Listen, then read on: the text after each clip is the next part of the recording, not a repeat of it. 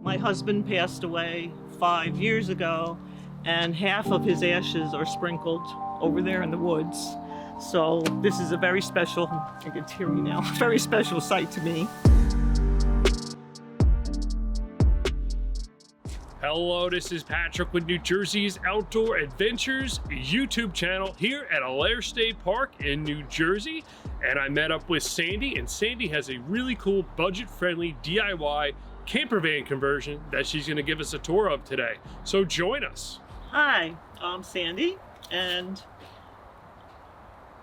I've been camping for about 50 years. I grew up in New Jersey. I lived in New Jersey for about 35 years of my life, and then I never went camping until I was 20, so I've been camping for 50 years. Tomorrow's my birthday, I'll be 72.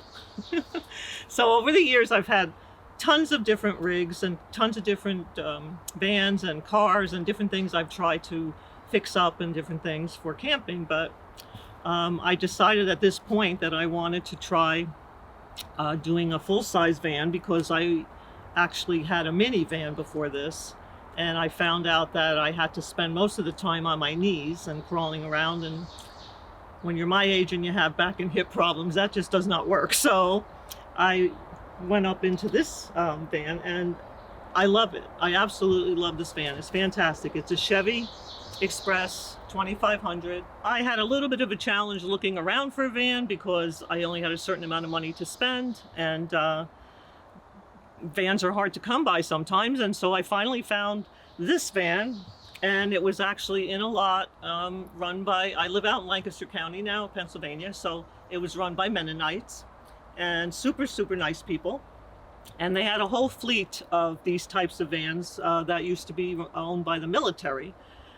So it's a 2012, and it only had about 18,000 miles on it, in perfect condition, and I bought it specifically because of the running boards, because it's very hard to, this is a very high step if you have to come in off the ground, and then I also have another step down there because of my back and hip issues, so that works out great for me. So I made the all of the windows are covered with Reflectix. It's material on the inside, and on the outside I painted it black. And I did it with spray glue. I don't recommend that you do that in your kitchen. That was a mistake. I have the first aid kit hanging right here at the door because I had an incident at home where I nicked a vein, and I didn't have even anything at home to help me. So I have things in there now that if I were to be bleeding or someone else was bleeding, I could help them, and I wanted it right out in the open where I would be able to know where it was at all times. My son put that shelf on for me, which I didn't know what I was going to put in there at the time, but it's got my fire stop, which is very important. I had a Volkswagen van that caught fire and burned to the ground when we were camping once, and so it's really important to have a fire extinguisher or something. My son put this on by just putting 2 screws right through it, right into the, whatever you would call that. So the floor was, I just actually didn't lay anything down. There's carpet under here, but I have a dog I usually camp with, so I didn't want any accidents to happen. So I just put the linoleum down right on top of it, and it's easy to clean. And I put this strip on right here because, again, I don't want to have to trip or anything. Up in the front, I have, on the windshield, they're just like the sunshades that you would put in your car for the heat, but they suction on. And then I made Reflectix for the 2 front windows, because I also have a curtain I could pull, but when you close that, it closes everything in. So without it, it's nice and open. You feel like you have more room, which is important to me. I had a 12-volt refrigerator. I tried them. I had a couple of different ones, and they just didn't work out. So for the time being, I went back to having my old cooler and ice, and I make my own block ice at home because block ice lasts a lot longer than ice cubes, especially when it's hot. I have bungees hanging different places. This is, my husband used to make hiking sticks, So this was his stick. I have my umbrella here, my broom, and my solar panels. I have a Jackery 500 back over there. I have a lamp that's plugged into it right now, and I have a 12, I put in the Max Air fan, and I had it not connected to the battery of the car. I have a wire, a 6-foot wire that they left me, so I can put the Jackery anywhere in here and put it into the 12 volt, and it runs it. And I found out, I went to Florida recently, so I found out that without having that fan, it was brutal. So I put these trunks, I just put them here before I left the house to come here. Just because, I don't know, I had some books I wanted to bring and just some extra things and an extra blanket and that kind of thing. So I put these here, they're just stacked there. And I bungee everything so it doesn't go flying all over. And that, I use that, this is my, my kneeling pad. So when I come in here, if I have to kneel to get under the bed or something, I use this. The bed is, it's just a metal frame, which is the it was a double bed, and so this is half of it.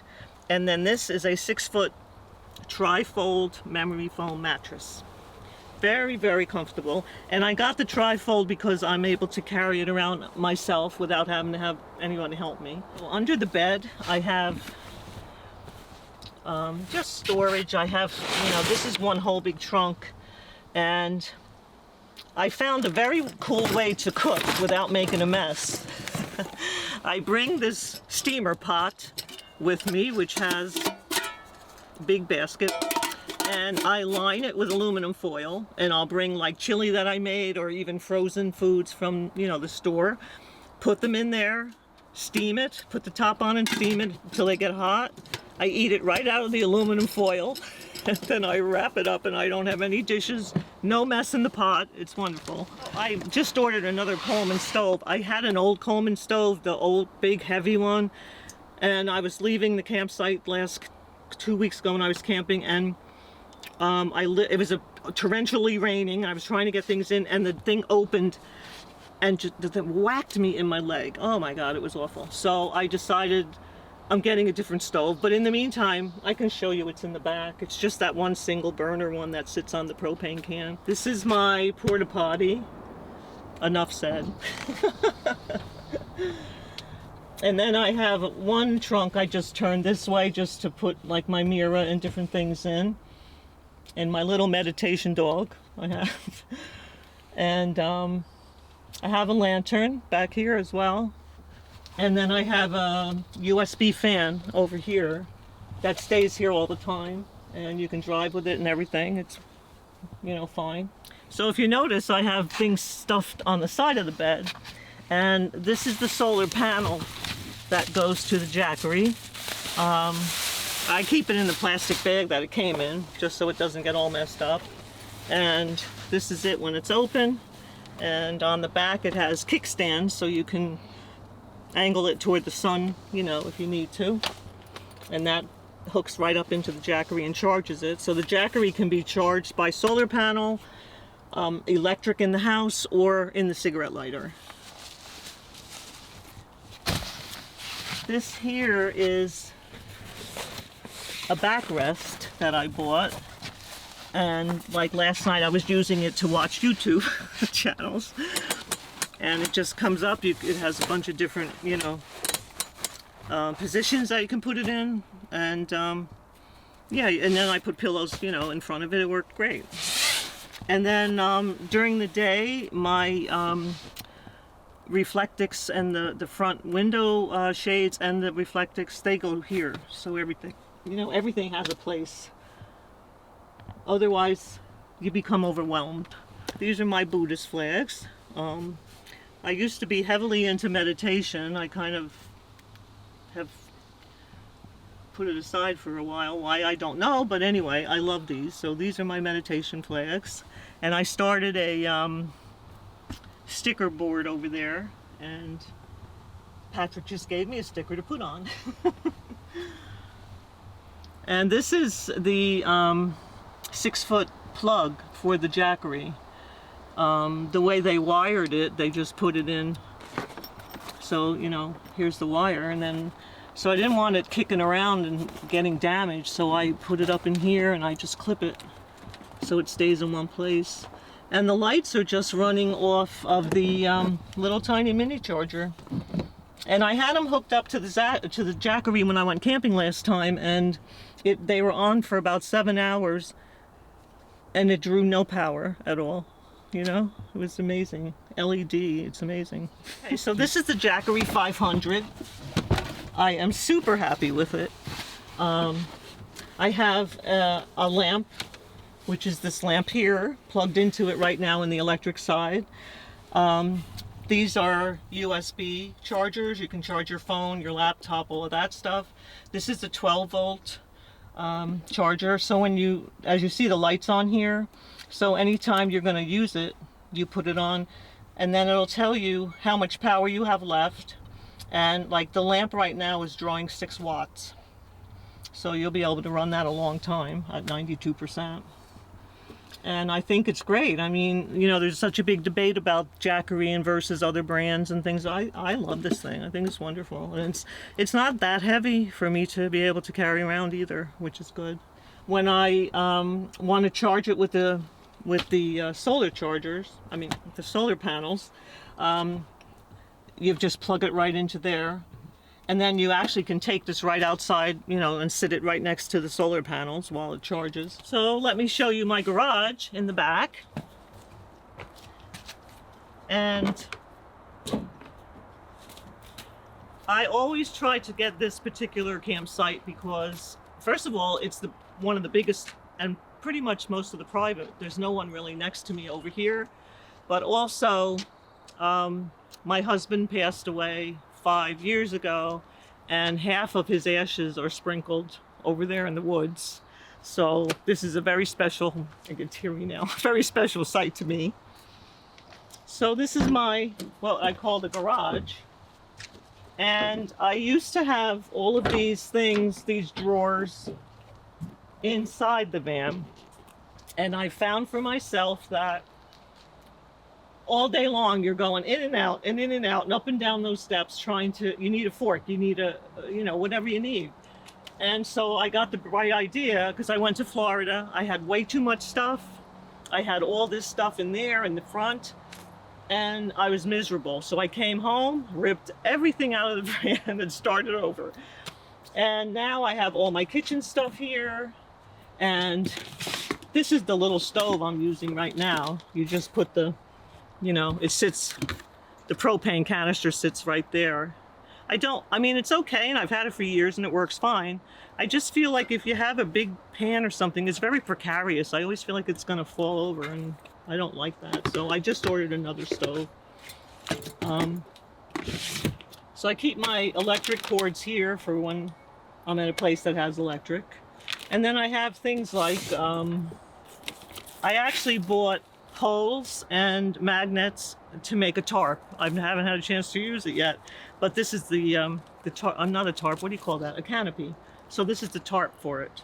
And I have like different electric cords. You know, sometimes if you go to a campsite and they have the 30 amp plugs, I always try to have different plugs with me just in case, because you just don't know. And zip ties, you can't live without zip ties, and duct tape. And bungees, you have to have all those things. So I have an extra fan in here, an electric fan, but also runs on batteries. Oh, I have some fire starters. And then I bought these screens. They're the screen doors that have the magnets in them that, you know, you walk through. And I put them back here, and I'm gonna get another set for the side door. I put them back here and I just clip them right onto the rubber with office clips or other clips that I might have, and it works fantastic. And they have, as you can see, they have pictures of butterflies on them, so you can have them and it's sort of private. You don't feel like, you know, people are just walking by and looking in your van.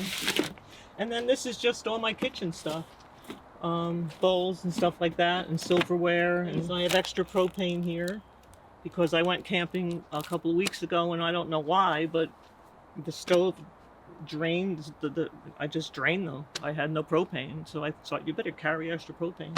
Sandy, thank you very much for taking the time today to give us a tour of your beautiful DIY camper van conversion. And thank you for sharing that you reconfigured the floor plan after your trip. I guess when you build something out and you use it, your needs might change, or you realize that it's not working exactly the way you want. And I guess that's the beauty about building it yourself, because you can just reconfigure it. And you're not going to know until you do it. That's the thing. You have to, you know, I mean, there's still things I still move around in here and stuff, but, you know, you have to just try stuff. And then if it doesn't work, you scrap that, you go on to something else. That's all. I mean, that's all you can do. From my experience in the RV business, when people buy an RV and it doesn't work for them, they trade it in. But if you build one yourself, you just take it apart and you put it back together. Right, and you do it over. That's right. That's right. Can you help our viewers? There's a lot of viewers that watch the channel that want to build their own, and they might be in a similar situation that you were and had started out maybe a minivan, or maybe just went from tent camping and they're looking for a nice upgrade. Can you help them and tell us some of the challenges that you might have had when you first started this conversion? Well, my son actually built me a bed in here, and I'm able to sleep sideways. So he actually built me with plywood, which now is exorbitantly expensive. I still wish I had it. And he built me a really nice bed and everything. So we tried to go that route and have stuff underneath and all. It just wasn't working. So while I was in Florida, I actually ripped the bed apart myself and put it out for garbage. And so I just, you know, I don't know. I mean, I've been camping for so long. I don't even think I don't know how to explain it. I don't even think about it. You know what I mean? Like, I don't feel like anything was too challenging. I mean, I had these drawers already. I own them already. This one I just got because I was finding that when this door is closed, if I just want to get a fork or whatever, you know, or something out of the kitchen little area, I had all that over here, in which case then you have to open both doors. It's not a chore, but, you know, it's just easier to open one door and get what you need, and that's all. Oh, the fan, yes. Well, as I said earlier, I live in Lancaster, Pennsylvania, and I called a million places trying to find anybody that would put a fan in my roof, and nobody would do it. I called RV dealers. They acted like I was asking for the moon. I called garages, body shops, any place you could think. I finally found this Custom Van Solutions, I think it is, and they commercial van solutions. They work on commercial vehicles. And I called up and I asked, do you people put fans in the roof, you know, roof fans in? And she said yes. And I said, oh, please make me an appointment. Like, I was so excited because when I was in Florida, I didn't have the fan and it was hot and humid. And I realized that if I want to camp in here in the hot weather, that's not going to happen if I don't have a fan. So I'm happy for it.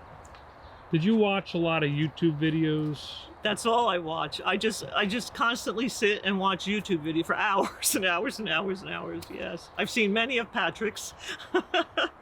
Yes. Was there any inspiration from some of the videos that you might have seen maybe outside of my channel that gave you some ideas for this one? Yes, and I still get ideas. You know, you watch the videos and you think, wow, that's a really good, I'm gonna try that in my van or whatever. And even with the fan, I follow Van City Van Life and Chrome. His name is Chrome, and he goes out in the boondocks, out in the middle of nowhere in British Columbia, and he just pulled over to the side of the road in the woods one day and just got up on the roof and cut a hole in his roof and put in a fantastic fan.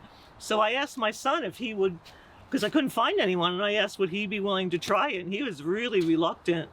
And then I thought, well, if I don't want to even mess with that, because all you need is to have a leak and then you're got a big mess. So I was so happy to find that place. Oh, and Patrick just taught me a trick today. The doors, the doors were pretty much open just about to here. And when he stopped by earlier, he said, you know, these doors open wider. And I said, I do know, but I didn't know how to do it.